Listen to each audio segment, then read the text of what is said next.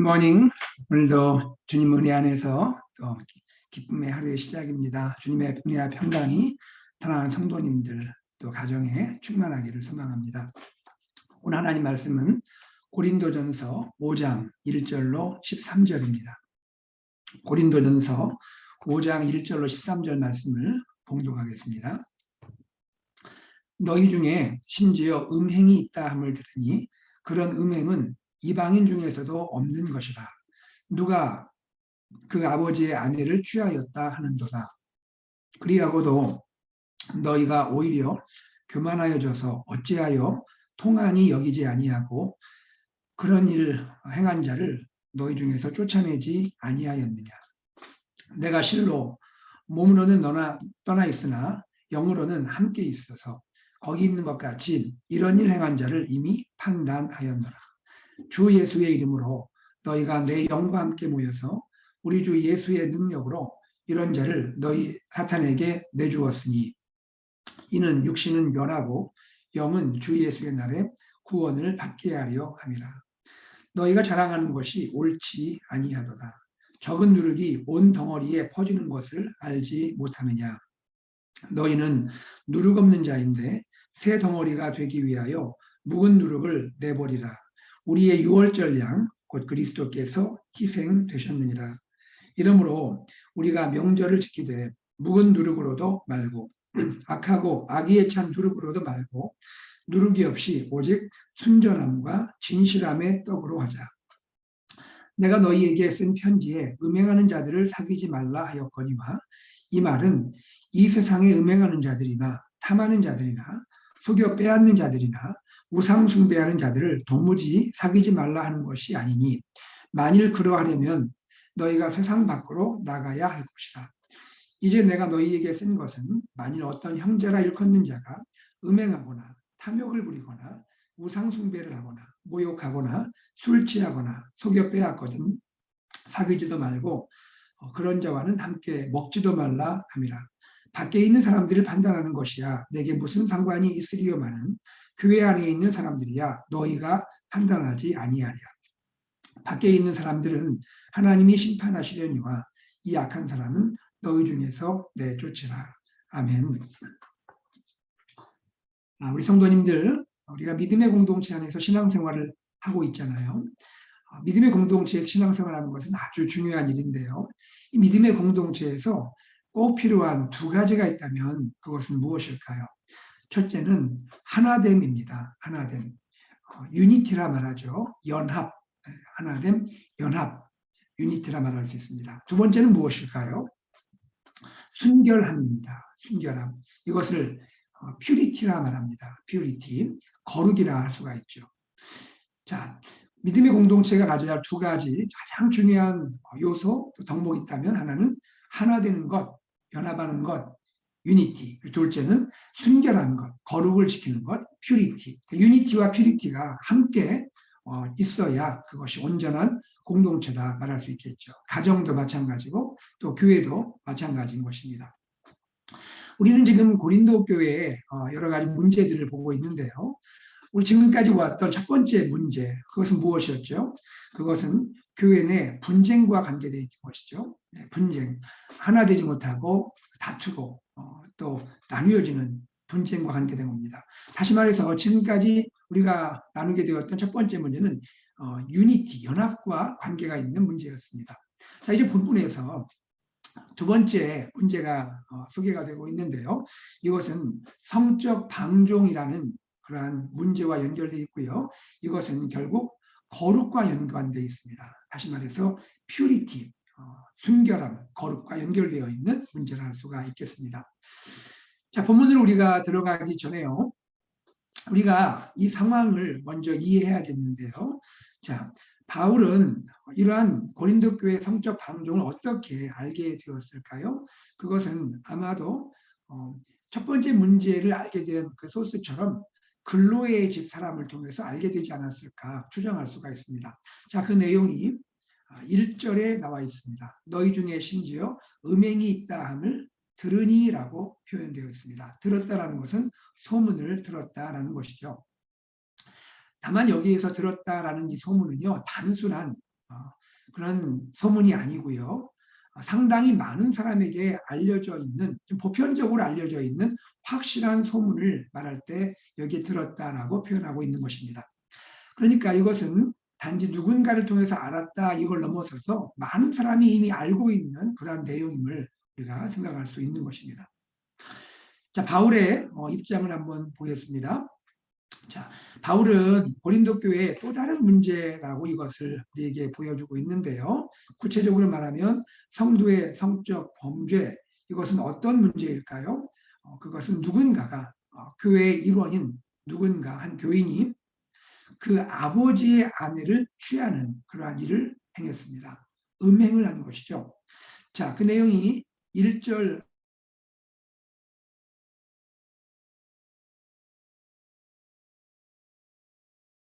아내를 취하는 일. 이것은 여러분 근친상간의 범죄에 해당하는 일인데요. 특별히 여기서 보면 어머니라고 하지 않고 아버지의 아내라고 말합니다. 이것을 보면 아마도 여기에 있는 그 여인은 계모에 해당하는 여인이다라고 생각할 수가 있습니다. 친어머니가 아닌 상황인 것이겠죠. 어쨌든 이것은 근친상간에 해당하는 범죄인데요. 이러한 일은 성경이 금하고 있는 죄입니다. 구약 성경에 레위기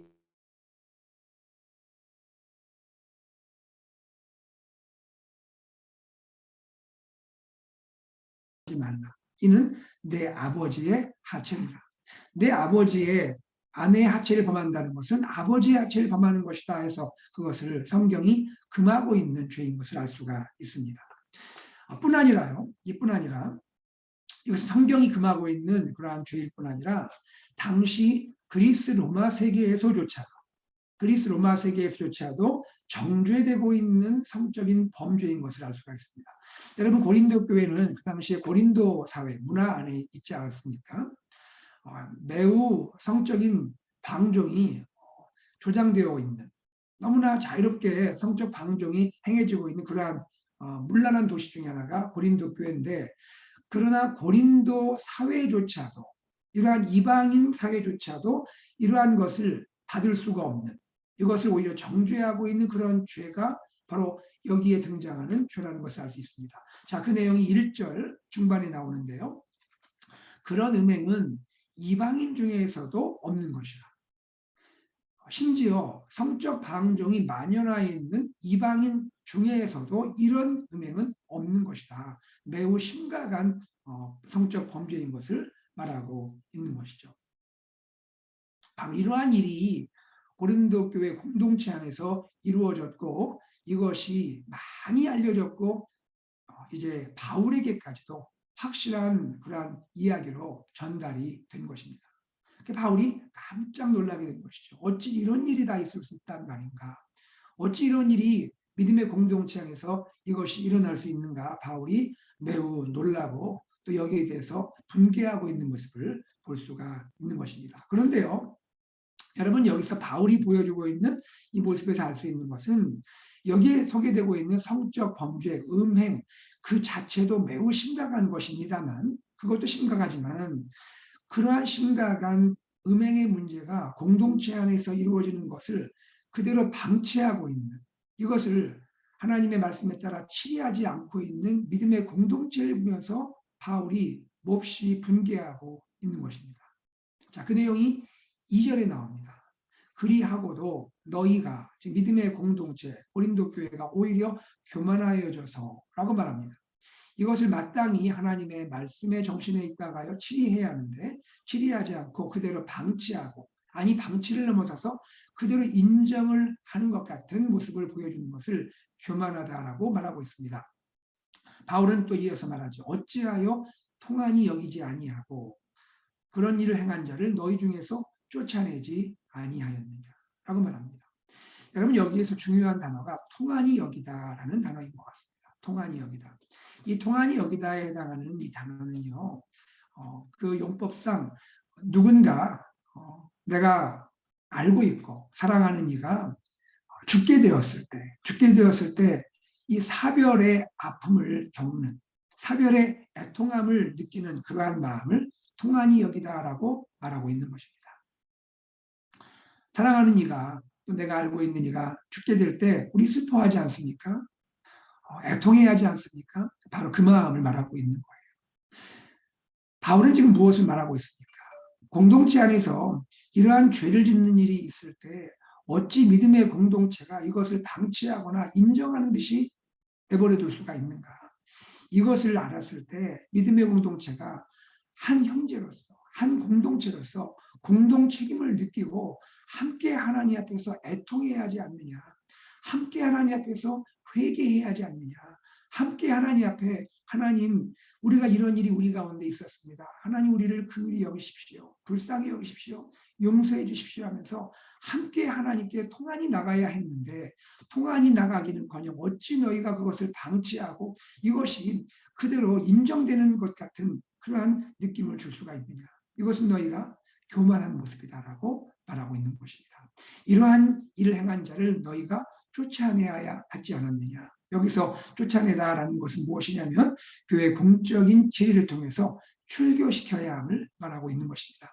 너희가 마땅히 출교시켜야 했는데 왜 이것을 방치하고 인정하는 모습을 갖고 있느냐라고 바울이 말하고 있는 것입니다. 자, 그러면서 바울은 3절 이하 이렇게 말씀합니다. 내가 실로 몸으로는 떠나 있으나 영으로는 함께 있어서 거기 있는 것 같이 이런 일을 행한 자를 이미 판단하였노라. 여러분 지금 바울은 고린도 교회에 있지 않죠. 3차 전도 여행 중입니다. 그러므로 바울은 고린도 공동체와는 몸으로는 육신으로는 떠나 있죠. 그러나 영으로는 함께 있다. 이것이 무슨 말입니까? 여기 영으로라는 것은 우리가 쉽게 이해하기에는 말하자면 마음으로는이라고 해석하면 무난할 듯합니다. 마음으로는 여러분과 함께 있지 않습니까? 내가 비록 육신으로는 전도 여행 중이기 때문에 여러분과 함께 있지는 못하지만 내 마음으로는 여러분과 하나 되어 함께 있는 것 아닙니까? 즉 나와 여러분의 의견이 뭐가 다르겠습니까? 또 여러분도 나의 의견과 뭐가 다르겠습니까? 이것은 우리 각자의 단지 개인 의견이 아니지 않습니까? 이것은 교회 공동체의 순결을 지키기 위한 우리의 그러한 마음인 것 아니겠습니까? 하면서 바울의 마음을 보여주는데요. 바울은 어떻게 말하죠? 이런 일을 행한 자를 나는 이미 판단하였노라. 바울은 이미 이 이야기를 듣는 순간 이것은 하나님이 기뻐하는 일이 아니다. 하나님이 이것은 미워하는 일이다. 미워하는 행위다라고 이미 판단을 했다는 것입니다. 여기 판단이라는 것은 조금 더 강하게 말하면 심판이다 말할 수가 있습니다. 바울은 이미 이 이야기를 듣는 순간 우리 예수님의 마음을 가지고 이미 이 죄악의 행위에 대해서 심판하였다라고 말하고 있는 것입니다. 그 말은 뭘까요?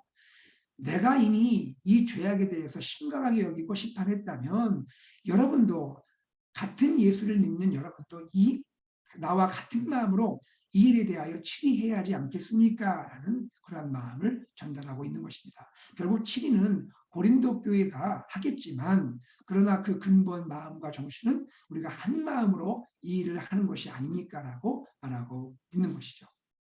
4절에 보니까 주 예수의 이름으로 그렇죠. 단지 사도의 의견이 아니라는 것이죠. 이것은 주 예수의 이름으로 교회의 주인이신 예수님의 이름으로 또 교회의 머리 대신 예수님의 이름으로 라고 하는 것이죠.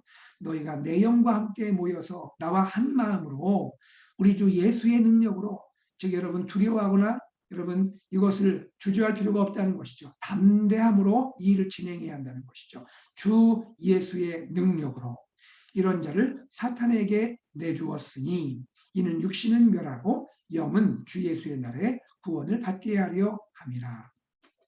이런 자를 사탄에게 내어주었단 말은 무엇을 말합니까? 그것은 교회에서 바울은 이미 마음으로 출교시켰다는 것입니다. 즉 고린도 교회 성도들도 공동체도 이런 자를 출교시켜야 함을 말하고 있는 것입니다.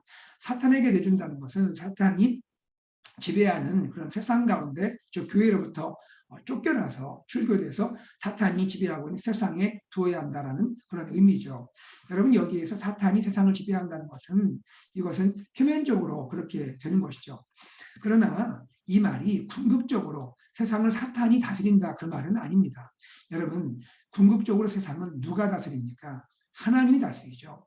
사탄의 모든 다스림도 궁극적으로는 하나님의 그 통치 가운데 있지 않습니까? 그러나 어쨌든 교회 안과 교회 밖을 구분한다면, 굳이 그렇게 말한다면 교회에서 출교되어 사탄이 다스리는 세상 속으로 그가 나가도록 해야 한다. 교회 순결을 지키기 위해서는 그렇게 해야 한다라고 말하고 있는 것이죠. 그리하여 육신은 멸하게 된다. 이것은 말하자면 육신은 멸한다라는 것은 일시적인 저주를 말하는 것입니다. 그의 육신적인 삶, 이 모든 것에 하나님의 그러한 벌이 임해서, 그렇죠? 그러한 벌이 임해서 그가 육신적인 고통과 괴로움을 당할 수가 있게 된다라고 말하는 것입니다. 그것이 어떤 결과까지 나오는 것은 우리가 다 알 수는 없지만, 그러나 그의 이 땅에서의 삶에 분명히 그러한 고통과 하나님의 이러한 아픈 마음의 결과가 임할 것이다라고 말하고 있는 것이죠. 육신은 멸하게 된다. 그러나 여기서 말씀드린 대로 이것은 영원한 저주가 아닙니다. 일시적인 저주죠. 여러분, 이런 자가 언제라도 만약에 회개하고 돌아온다면 받아주는 것이죠. 징계는, 교회에서 이루어지는 치리는 그를 심판하기 위한 그러한 치리와 징계가 아닙니다. 죄를 깨닫고 돌아오도록 하기 위한 그러한 회개를 위한 징계이고 또 치리인 것이죠. 어쨌든 그의 육신은 멸한다라고 말합니다. 그런데 그 다음에 어떻게 말합니까? 이는이라고 사실은 되어 있습니다. 이는 왜 이러한 일시적인 그런 저주 가운데 두느냐? 그 목적은 무엇이냐면 그의 영은 주 예수의 날에 구원을 받게 하려 함이라. 구원을 받게 하려 함이라. 이런 일을 행하도 하고 깨닫지 않고 오히려 스스로 자랑하고 있는 그러한 자라면 육신은 멸할 수 있지만, 그러나 궁극적인 목적은 무엇입니까? 그가 영원히 심판받는 것이 궁극적인 목적은 아니라는 거예요. 비록 일시적인 그러한 고통으로 혹은 저주 가운데 있겠지만, 그러나 그런 자라도 그가 예수를 믿은 자라면, 예수님을 믿고 이미 구원을 받은 자라면 최종 심판의 날에, 마지막 우리 주님의 심판의 그날에는 구원을 받게 하려 함이라. 이미 구원을 받은 자라면 그의 이 악행으로 인해서 교회에서는 교회 공동체 순결을 위해서 출교를 시켜야 되고, 그가 깨닫지 못하고 있기 때문에 그가 일시적인 저주 가운데 있을 수는 있지만, 그러나 그도 구원받은 자라면 주 예수의 날에, 최종 심판의 날에 하나님의 역사하심으로 그도 구원을 받기 원하는 바울의 간절한 마음이 담겨 있는 것입니다. 바로 이것이 바울의 마음인 것이죠. 자, 6절 보겠습니다. 바울은 계속해서 말합니다. 너희가 자랑하는 것이 옳지 아니하도다. 여러분, 이런 일을 행하는 것을 두면서 어찌 자랑할 수가 있겠습니까? 어찌 이런 일을 은근히 또 이것이 이런 일이 우리 교회 안에 있어라고 그렇게 소문으로 나가는 것도 모르고 이렇게 자랑하듯이 내버려 두고 말할 수가 있겠단 말입니까? 이것은 옳지 않은 것이죠. 바울은 이것을 이렇게 단호하게 취해야 할 것을 말하는 그 이유를 분명히 말하는데요. 6절 중반 이후에 중요한 이유를 말합니다. 왜 이렇게 단호하게 취해야 될까요? 적은 누룩이 온 덩어리에 퍼지는 것을 알지 못하느냐. 바로 이것입니다. 바울이 왜 이렇게 단호하게 이러한 악행을 다룹니까? 그 이유는 적은 누룩이 온 덩어리에 퍼질 수 있기 때문이라는 것이죠. 여러분, 누룩 아시죠? 효소. 적은 양의 효소가 그 큰 반죽 안에 들어가면 적은 효소이지만 그것이 온 반죽 전체 덩어리를 다 금방 퍼지게 하는 것 아닙니까? 이러한 악행, 음행이 작은 것 같은 이러한 한 가지 사건이지만 이것을 그대로 내버려 두거나 인정하는 듯이 두면 그것은 결국에 교회 공동체 전체의 순결을 다 더럽히게 될 것이다. 순결을 잃게 만들 것이다라는 아주 심각한 그러한 우려를 하고 있는 것입니다. 바로 그러한 생각을 할 때 이것은 반드시 이 악행은 다루어야 한다. 이것은 취해야 한다라고 말하고 있는 것입니다. 7절 볼까요?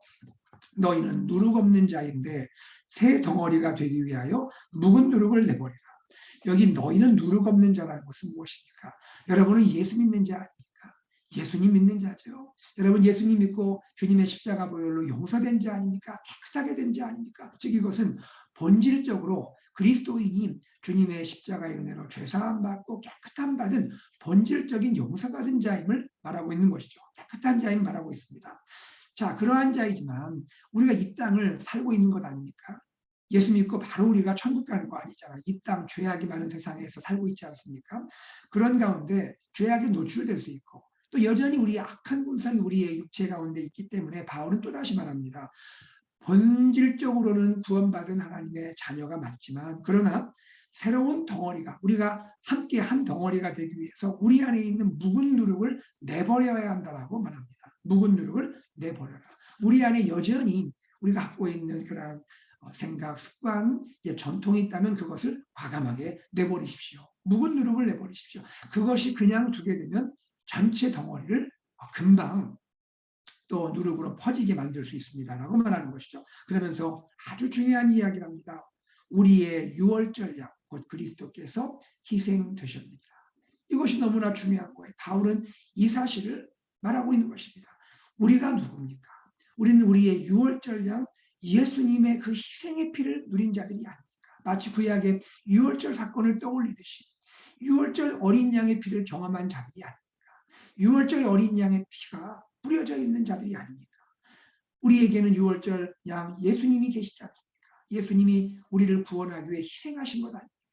그 십자가의 놀라운 은혜, 십자가의 그 사랑을 생각한다면 어찌 우리가 구원받은 자로서 묵은 누룩을 그대로 둘 수가 있겠습니까? 우리는 이것을 내버려야 합니다. 내버려야 합니다라고 말하고 있는 것이죠.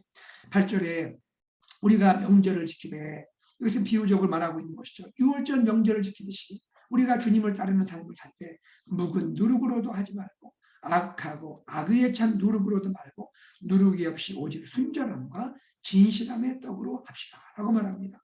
예수님을 안전하며 더더욱 예수님의 유월절 날 주님의 마지막 만찬 떡과 그렇죠 잔을 나눠주시면서 주님의 살과 피를 우리에게 보여주시면서 기념하라 하시면서 우리에게 행하신 성만찬을 대한 자라면 어찌 우리가 순전함과 진실함의 떡을 대하듯이 그러한 마음으로 성도 간의 교제가 있어야 하지 않겠습니까? 이 순결함을 지키는 것이 너무나 중요합니다라고 말하고 있는 것입니다. 자, 그러면서 9절 이하에 말씀합니다. 바울은 고린도전서가 아닌 그 전에 어떠한 편지를 고린도 교회에 보낸 것을 말씀하고 있죠. 내가 너에게 쓴 편지에, 전해 보낸 편지에 음행하는 자들을 사귀지 말라라고 바울이 권한 것을 보여주고 있습니다. 그러면서 그때 그렇게 말한 것이 있는데 그것의 의미를 조금 더 보충하고 있습니다. 음행하는 자를 사귀지 말라. 특별히 세상 가운데 음행하는 자들이 있잖아요. 고린도 교회 주변에는 고린도 교회 문화, 이런 또 세상의 풍조 가운데 음행하는 자들이 얼마나 많이 있었습니까? 그들을 사귀지 말라는 말이 아예 그들을 떠나서 세상 밖으로 나가라 그런 말은 아니다라고 바울이 말합니다. 10절 하반부에 이 말 의미를 설명하고 있죠. 세상에 음행하는 자를 사귀지 말라는 말이 그러면 뭐 저 달나라라도 가야 되는가요? 아니면 지금 바로 천국에 가야 되는 그 말을 얘기하는 건 아니다. 아니면 수도자처럼 은둔 생활해라 그런 말 하는 것도 아니다라고 바울이 말하고 있습니다. 이것은 무엇입니까? 우리는 여전히 예수 믿은 자로서 구원받은 자로서 세상에 살아야 하는 것을 말하고 있습니다. 고린도 사회가 음란하고 문제가 많은 사회이지만 그것을 바로 떠나라 그런 의미로 말하는 것은 아니라는 것이죠. 우리가 그 고린도 이 지역에 여전히 살 수밖에 없다는 것이죠. 그럼에도 불구하고 고린도 교회를 떠나는 것은 아니지만 고린도 지역을 떠나는 것은 아니지만 그러나 구별되어 살아야 합니다. 구별되어 여러분을 지켜야 합니다라고 말하고 있죠. 오늘 우리들도 예수 믿고 구원받은 그리스도이지만 이 땅을 떠나는 건 아니잖아요. 이 땅 떠나서 다른 곳으로 간다든지 또 그것이 근본 해결책은 아니잖아요. 우리가 죄악이 있고 세상의 풍조가 가득한 이 땅에 여전히 직장 생활하고 학교에 공부하고 우리가 이웃과 지내고 있습니다. 떠날 수는 없죠, 지역을. 그러나 우리의 마음이 순결을 지키려는 마음을 가져야 한다. 구별된 자로서 살아야 한다라고 말하고 있는 것이죠. 그래서 이것을 아예 세상 사람과 아예 만나지 않거나 교제하지 말라 그런 뜻은 아니다. 이렇게 바울이 말하고 있습니다. 그들과 교제를 할 수밖에 없다. 그러나 여러분의 마음을 철저히 지켜야 합니다. 잘 지켜야 합니다. 구분해야 합니다라고 말하고 있는 것이죠. 11절 봅시다. 그러나 그렇게 세상 사람들과는 그럴 수밖에 없지만 그러나 교회 안에 11절에 어떤 형제라 일컫는 자가 믿음의 공동체 안에 있는 형제가 여기 있는 것처럼 음행을 하거나 탐욕을 행하거나 우상 숭배하거나 모욕을 하거나 술 취해서 살거나 누군가를 속여서 빼앗거나 이런 일이 있다면 교회 밖의 사람이 아니라 교회 안의 형제가 이런 악행을 하는 경우가 있다면 그것을 알게 되었다면 그자와는 결코 교제하지 말라라고 말하고 있습니다.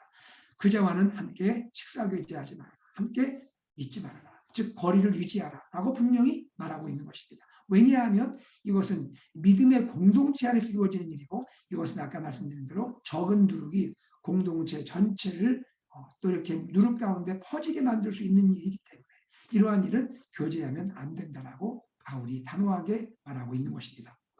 그러면서 12절, 13절에 이렇게 말합니다. 밖에 있는 사람들을 판단하는 것이야. 즉 교회 밖에 있는 세상 사람들을 판단하는 것이야. 바울에게 무슨 상관이 있겠니? 이 말은 바울이 직접 이야기할 부분이 아니라 그들은 하나님이 직접 심판하실 것이다 라고 말하고 있는 것입니다. 그러나 교회 안에 있는 사람들의 경우는 다르다는 것이죠. 교회 안에 있는 사람들은 너희가 즉 믿음의 공동체 고린도 교회가 이것을 하나님의 말씀 위에 기초해서 판단해야 하는 것 아닙니까? 이것은 교회가 판단해야 하는 일입니다라고 말하고 있는 것입니다. 13절에 밖에 있는 사람들은 하나님이 심판하시려니와 이 약한 사람은 너희 중에서 내쫓으라라고 말씀하고 있는 것이죠. 자, 여러분 오늘 우리는 두 번째 고린도 교회에 등장한 이 사건에 대해서 바울이 말씀하고 있는 내용을 보게 되었습니다. 우리 다시 한번 서론으로 돌아가서 공동체가 추구해야 할 두 가지가 무엇이라고 했죠? 하나는 연합하는 것입니다. 유니티, 하나 되는 것을 지켜야죠. 분쟁이 없어야 합니다. 두 번째는 무엇입니까? 순결함입니다. 거룩을 추구해야 합니다. 퓨리티를 추구해야 하는 것이죠. 유니티와 퓨리티가 함께 있는 공동체가 하나님이 기뻐하시는 건강한 공동체임을 말하고 있습니다. 교회의 순결함을 위해서 우리는 교회의 바른 가르침, 바른 또 징계, 바른 또 그러한 권면들 이런 것이 필요하다는 것이죠. 그러나 이러한 모든 교회에서 이루어지는 순결과 징계의 목적은 무엇입니까? 단지 그를 심판하는 것 아닙니다. 여전히 사랑이 있어야 합니다. 한 영혼을 향한 구원의 마음, 사랑의 마음이 가장 중요한 것입니다. 그가 회개하고 돌이키기를 원하는 마음, 회개가 순결의 목적인 것이죠. 돌이켜서 우리와 함께 믿음을 가지고 주님을 섬기는 것, 그것이 우리의 마음인 것입니다. 그리고 성도의 문제가 있을 때 우리는 공동체로서 함께 아파하고 함께 애통하는 마음으로 주님께 나가는 한 형제의 마음을 가져야 할 것을 말씀하고 있습니다. 이러한 마음이 우리 교회 공동체 안에 또 우리 가정 안에 있기를 간절히 소망합니다. 이러한 마음으로 주님을 섬기는 아름다운 교회 공동체 AKPC가 되기를 주의 이름으로 축복합니다. 기도하겠습니다. 하나님 아버지 감사합니다. 고맙습니다. 우리 주님께서 우리 가운데 말씀해 주시고 하나님 말씀을 들으며 다시 한번 깨닫게 하심을 감사드립니다. 하나님 고린도 교회를 보면서 이것이 우리에게 또 좋은 교훈이 되기 원하고 우리에게 유익한 그러한 교훈이 되기를 원합니다. 하나님 우리 공동체 안에 하나됨을 힘써 지키게 하시기를 원합니다. 또한 공동체 안에 거룩이 이런 순결함들이 있기를 원합니다. 하나님 이것이 우리의 노력만으로 되는 것이 아님을 우리는 알고 있습니다. 우리는 연약한 자들입니다. 부족한 자들입니다. 또 누구를 판단할 수 있는 그런 자들도 아닙니다. 그러나 우리가 하나님을 사랑하고 예수님의 은혜를 기뻐하는 자이기에 우리가 하나 되기에 힘쓰고 서로 거룩을 추구해가는 그러한 자들로서 사랑하며 또 거룩하며 그렇게 주님이 기뻐하는 공동체, 교회와 가정을 이루어가도록 축복하여 주시옵소서. 감사드리며 예수님의 이름으로 기도드리옵나이다. 아멘. 말씀을 기억하며 이 시간 함께 기도하기 원하고요. 우리 가정과 교회가 하나됨과 순결함을 잘 지켜나갈 수 있도록 인도하여 주옵소서. 세상이 점점 어두워지고 있는데 우리가 그렇게 주님을 기쁘시게 하는 공동체로 나가게 하여 주옵소서. 기도하시기 바랍니다. 그리고 여러분 기도할 것은 이제 어버이 주를 지냈는데 우리 마음 가운데 사랑하는 부모님 깊이 존경하고 공경하는 마음을 우리가 갖고 섬기기를 위해서 기도해 주시고요. 특별히 이제 내일부터 우리가 사모하고 기도했던 성경 세미나가 열립니다. 말씀 축제가 열립니다. 레위기에 함께하는 말씀 산책 우리 김경련 목사님 오늘 출발에 도착하실 텐데 건강하게 안전하게 잘 도착하시도록 기도해 주시고 이번 레위기를 통해서 우리 온 성도가 기쁨으로 이 말씀의 잔치 참여하고 은혜 충만하게 하나님의 뜻을 깨닫고 살 수 있도록 인도하여 주옵소서. 기도하시고 현장에 많이 오셔서 은혜 누리기를 바랍니다. 그 외에 교회 여러 가지 행사들을 위해서 여러분 기도해 주시기 바랍니다. 특별히 대국 한준수 선교사님을 위해서 기도하시고 목장에 소원하는 선교사님을 위해 기도해 주시고요.